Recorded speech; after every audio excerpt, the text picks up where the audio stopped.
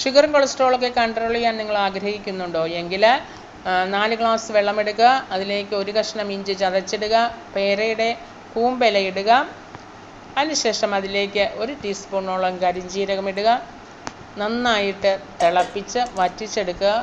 4 glass എന്നുള്ളത് 2 ഗ്ലാസ്സാക്കി തിളപ്പിച്ച് വറ്റിച്ച് എടുക്കുക. അതിനുശേഷം ആറിയതിന് ശേഷം അരിച്ച് ഗ്ലാസ്സുകളിലാക്കി കുടിക്കാവുന്നതാണ്. ഇത് ഷുഗറും കൊളസ്ട്രോളും ഒക്കെ കൺട്രോൾ ചെയ്യാനായിട്ട് വളരെ നല്ലതാണ്. ഷുഗറിനും കൊളസ്ട്രോളിനും ഒക്കെ ടാബ്ലറ്റ് എടുക്കുന്നവർ ഇത് കുടിക്കണ്ട കേട്ടോ.